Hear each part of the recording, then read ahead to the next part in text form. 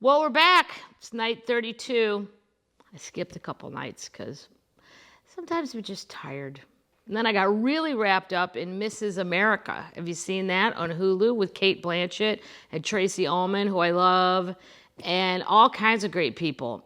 One time I did the Tonight Show with Cate Blanchett, and she walked by my little dressing room, and it looked like a flamingo.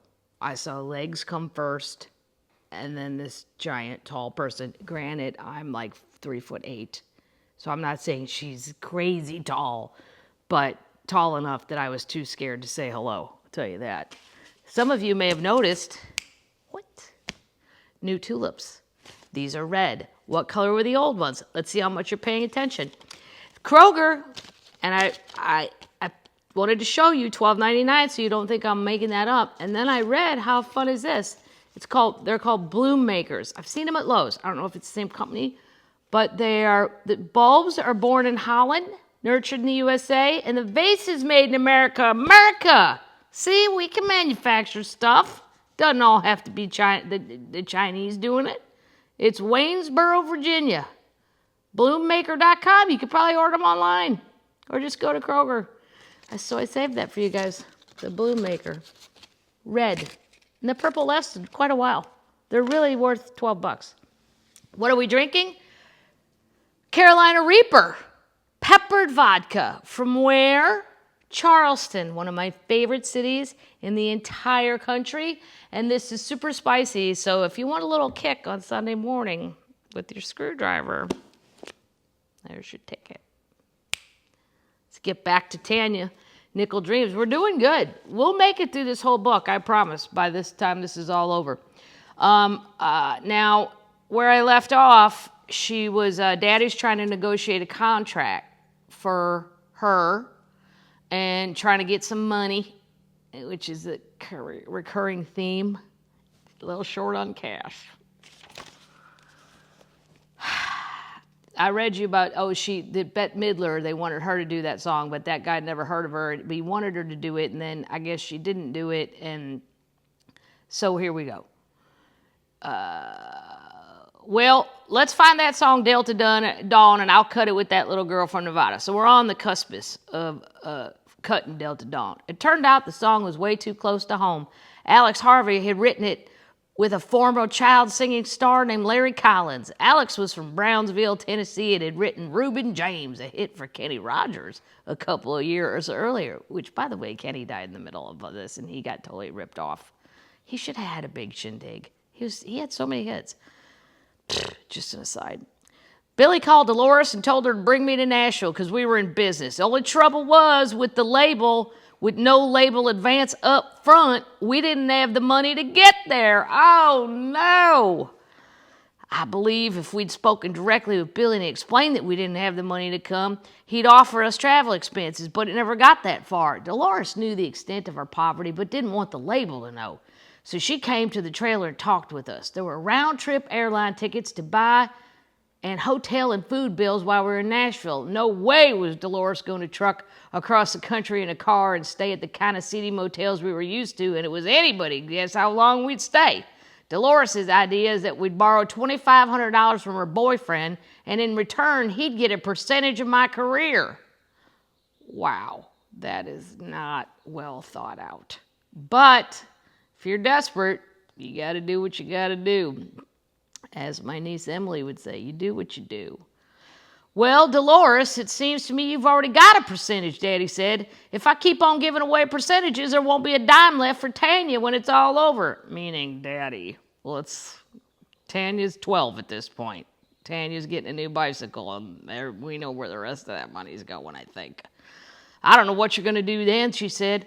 Billy Sherrill's ready to record her. You're going to have to find the money to get her there. That's my back page that's falling off. Daddy sat there for a few minutes, then offered a solution. I can't wait. How about if your boyfriend loans me $2,500 and I sign a note that I'll pay him back double? It looks to me like that'd be a hell of a good deal. That's some fired up thinking right there. I like it. I like it. Double the money for the loan. Dolores seemed doubtful, but she said she'd see. Her boyfriend must have thought it was a hell of a good deal too because he went for it. Well, it is a good deal. We booked the flights and we went down there and signed the note for $5,000, exactly twice what we'd borrowed. When we got to Nashville, we checked into the King of the Road motel, and right away Dad saw how important it was that we had extra money. We went out to dinner and Dolores ordered lobster. What the fuck? What, are you crazy? Lobster. Not once in our lives had we sat at a table where anybody ordered lobster. She continued to dine in style, too. It was second nature for her. It got so bad that I'd order a hamburger and Dad would say he wasn't hungry. He'd just sit there drinking coffee and smoking his hand-rolled Durhams. Well, I get it. Coffee and cigs can take you a long way and you won't be hungry. Now, I'm not recommending that as a diet. I'm just saying it's true. Dolores would sign the ticket, charging the meals to our room, leaving a couple dollars for a tip. Dad would say he needed to go to the bathroom and make up some other excuse to linger around the table until Dolores was out of sight. Then he'd take the tip money and go off and get himself a hamburger. Well, now what about the server? Where does she get left in all this? Or he? With no tip. He lived in fear of running out of money and looking like a fool in front of people like Billy Sherrill. Every day we'd go to Billy's office or to the Columbia studios and listen to songs. Even though Billy was banking on Delta Dawn, he wanted to find a strong B-side and hope we recorded a two-sided hit. Dolores was pushing for me for a song she'd written called Take Care of You for Me. I quickly saw that Billy's personality wasn't going to mesh with Dad's. Billy isn't the sort who would just gland hand just to make an artist's family or manager or anyone else around them feel at ease. He believes his job is the music, not public relations, and not record business politics. His strong aversion to playing politics accounted for the deal he'd cut with CBS.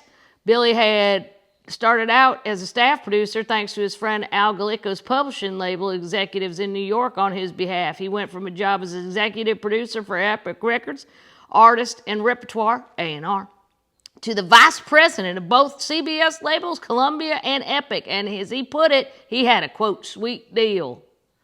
New York and Los Angeles left him alone as the unquestionable head of the creative side of the label. Still, even with that power, Billy wouldn't have been able to shove me down New York's throat if my first single didn't get some action on the radio. In fact, during the first sessions, I'd asked him what would happen if the song bombed. He said, I might have to drop you. He said it jokingly, but there was an underlying truth to that statement, and I knew it. I wasn't going to let anyone get the best of me, though, so I said, well, maybe I'll drop you instead. Ha ha. She's 12.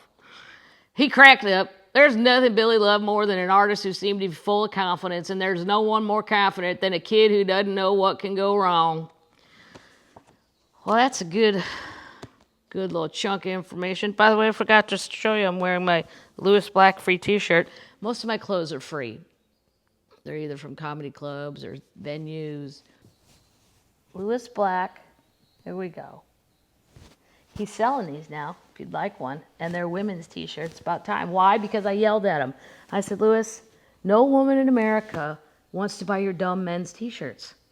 You gotta open the piggy bank, make some girl t-shirts. Ladies like a lady's cut. And he did it. So that's probably on his website. I don't know where he sends them. He sent me and my mom one, though, for free. Cha-ching. All right. I'll see you guys tomorrow night. Get yourself some Carolina Reaper.